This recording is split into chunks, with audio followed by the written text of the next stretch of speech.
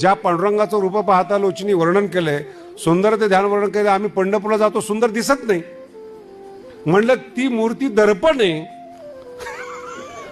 ती मूर्ती तुम्ही जसं असा तसं त्याच्यामध्ये दिसतं. जर तुकोबराय असेल तर सुंदर दिसतील. जर तुमच्यामध्ये कपट असेल, तुम्ही सुंदर नसाल, तर दर्पण काय सुंदर दाखवणार आहे?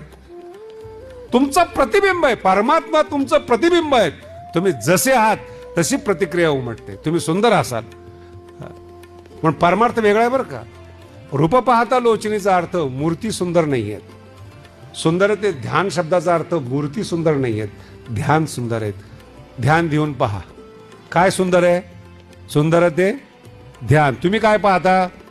दोष कुणाचा आहे? कुणावर घालता तुम्ही? रूप पाहता लोचनी फार गंभीर अर्थ आहे.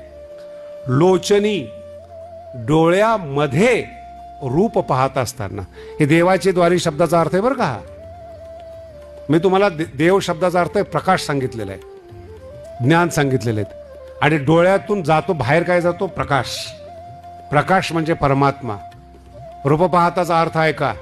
लोचनी डोळ्यामध्ये रूप पाहता सुख झाले. डोळ्यात कोण आहे? परमात्म्याचं रूप आहे, तेज आहेत, प्रकाश आहेत. प्रकाशाला पाहत असताना सुख झाले हो साजनी.